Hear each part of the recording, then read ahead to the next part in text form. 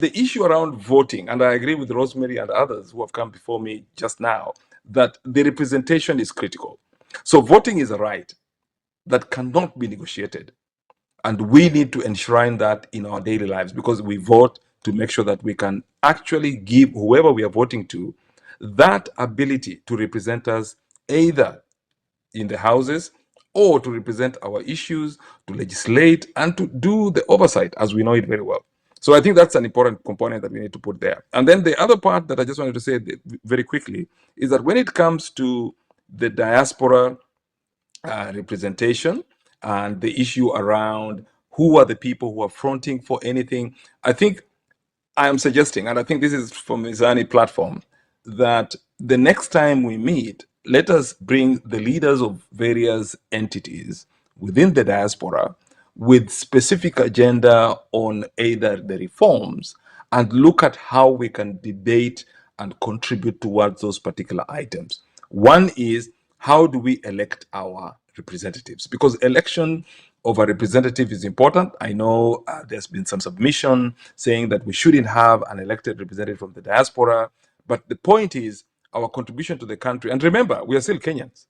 So that point should never be forgotten. So an idea around how we elect our representatives.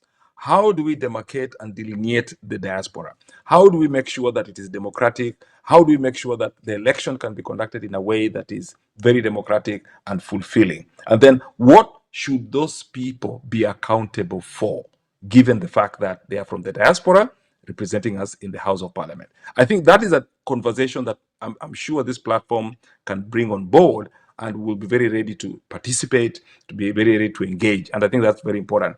And then there is the issue around investment. We've talked about investment in very many formats. I know there was a comment by the previous speakers around what the investment is, our remittance, the figures that we give. My point here is that we need to move from what we call consumer-based investments or remittance to what we call sustainable type of investments. That means we create instruments where your money, because remember, when you send somebody money for fees, maybe the government gets roughly about 15%. That's what the exchequer gets. The benefit that you bring to Kenya is you stabilize the exchange rate. That is the benefit that you're bringing to the country.